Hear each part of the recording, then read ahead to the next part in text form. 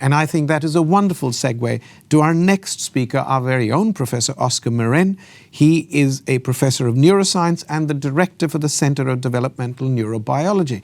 And what he studies is brain development. Now, for those of you who don't think about the brain every day, there's like 20 billion neurons, and there might be even more, and Oscar will correct me on those. And he studies how they connect, how they talk to each other, but most importantly, what that means for normal brain development and for neurodevelopmental disorders. So to hear more about that, before we move to him, we would all like to congratulate him for his recent election as a Fellow of the Royal Society. So over to you, Oscar. Thank you very much, Kshittik. I'm going to bring you back to the brain, as Kshittik mentioned. I'm going to do it by starting to remind you that many neuropsychiatric conditions, have an onset that it's happening during the early life. And this goes all the way from, very early onset in autism, profound autism, and all the way into psychotic disorders like schizophrenia and bipolar in the early 20s. Now, even though this happens early in life, what we know is that these conditions are so debilitating that they have a lifelong impact. We need to manage them through the entire life. So there's a pressing need to identify new treatment, new approaches to these conditions, for which we have essentially very, very little. Now, you have to single out one piece of revolutionary science that has transformed our understanding of these disorders over the last 10 or 15 years. This is genetics. I think for the first time, we have a fairly good understanding of the genetic architecture of many of these conditions. And this slide, for example, summarizes findings on autism spectrum disorder, for which we have already identified some 200-300 genes which we know are causally linked to these conditions. Now, this is great, and knowing what genes are important for developing a particular pathology is really very important. But as you can see in this slide, going from the genes to pathological behavior, it is a very long way. And there's a black box here in the middle that is the challenge of the next decade. We need to understand how genes impact brain development to lead to pathological behavior that we identify with some of these conditions. Now, it is not a surprise that many of the genes that we have associated to these conditions, to these developmental disorders, are actually important for controlling brain development. It will be a surprise otherwise. What is remarkable is that these genes not only function in what we normally think about brain development. We typically think about early embryonic pre-birth milestones like generation of neurons, how they migrate and locate themselves into the brain, and how they start making connections. But what we know from the development of the human brain is that there are many other processes that completely overlap with the onset of these conditions, including the formation of more connections, the myelization of the brain, and a large phase of synaptic reorganization in which a lot of connections are trimmed out to give us more or less the final product.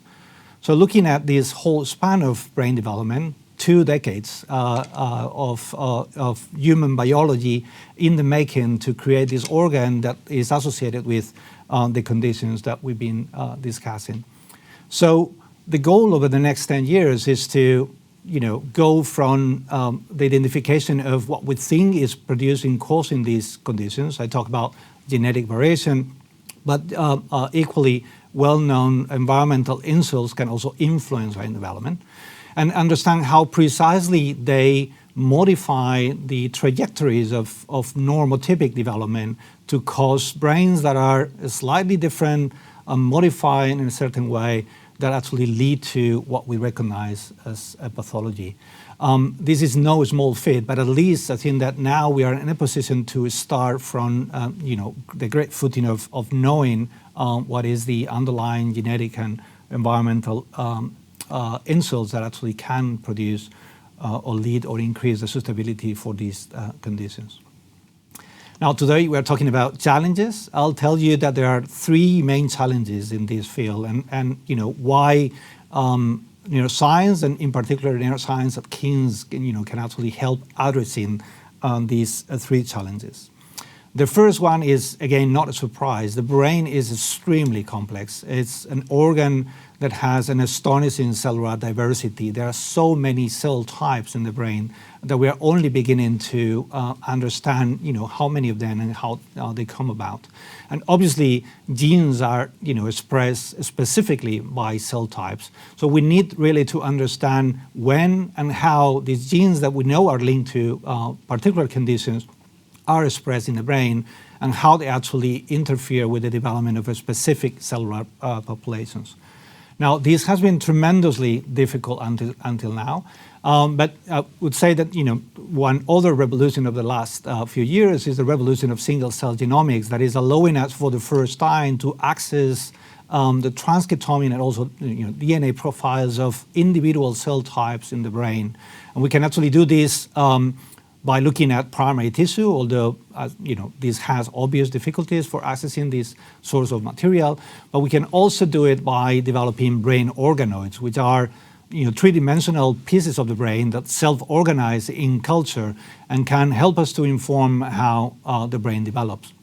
In any of these two circumstances, the use of single-cell genomics is starting to help us to understand precisely when and where exactly the genes that are linked to disorders are affecting the development of the brain.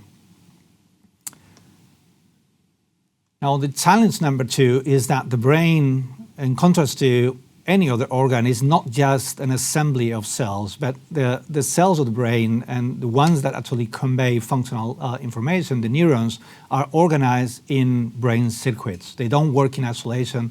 They work in very precise neural circuits.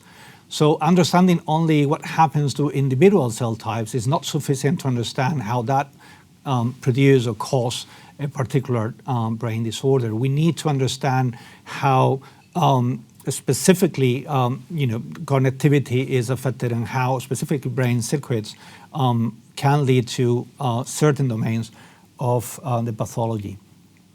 Now, to achieve this, we need to move from the level of cells to the level of circuits.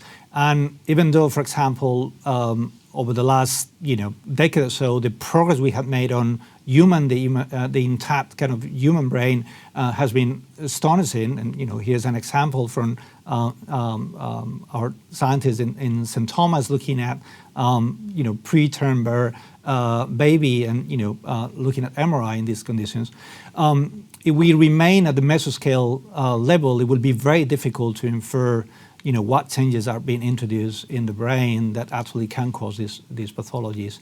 So we remain anchored in the need to use animal models which we can manipulate in a whole organism kind of context to be able to explore how specific neural circuits are influenced by specific genetic changes or by environmental insults. Really important that we can continue to look at intact systems to be able to address this level of complexity. Now, the third challenge relates to the fact that the developing brain, and again talking about the human developing brain, we're talking about 2 decades of our life, is a highly dynamic system. If we look at other type of pathologies, as you see in the schema in this screen, if you were thinking, for example, about cancer, the challenge is to identify the cells that have gone wrong and define therapies to, for example, eliminate those cells. Now, because the developing brain is a dynamic system, it is very unlikely that the early changes in brain development that modify the trajectory of the normal brain development will remain in isolation.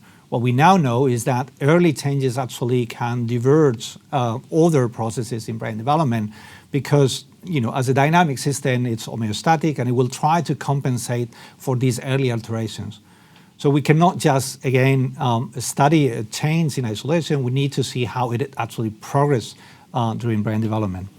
And I think that the only way we're going to be able to approach this is to bring mathematics, mathematical modeling, machine learning to actually try to understand how the trajectories of brain development change when early insults modify normal development. Let me finish by saying that, although these are grand challenges, we are in a particularly good position at King's, through the combination of our expertise in fundamental neuroscience and clinical neuroscience to start approaching some of the challenges and, transform our understanding of these conditions over the next 5 to 10 years. With this, I'll stop here, and I'll happy to take further on later some questions. Thank you very much. Well, thank you, Oscar, and I think you've sort of stimulated people's brains and ideas, and we'd request you to put your questions in the chat, and as we collect your questions, we'll actually come back to you and Oscar to have a live conversation with Oscar about those questions.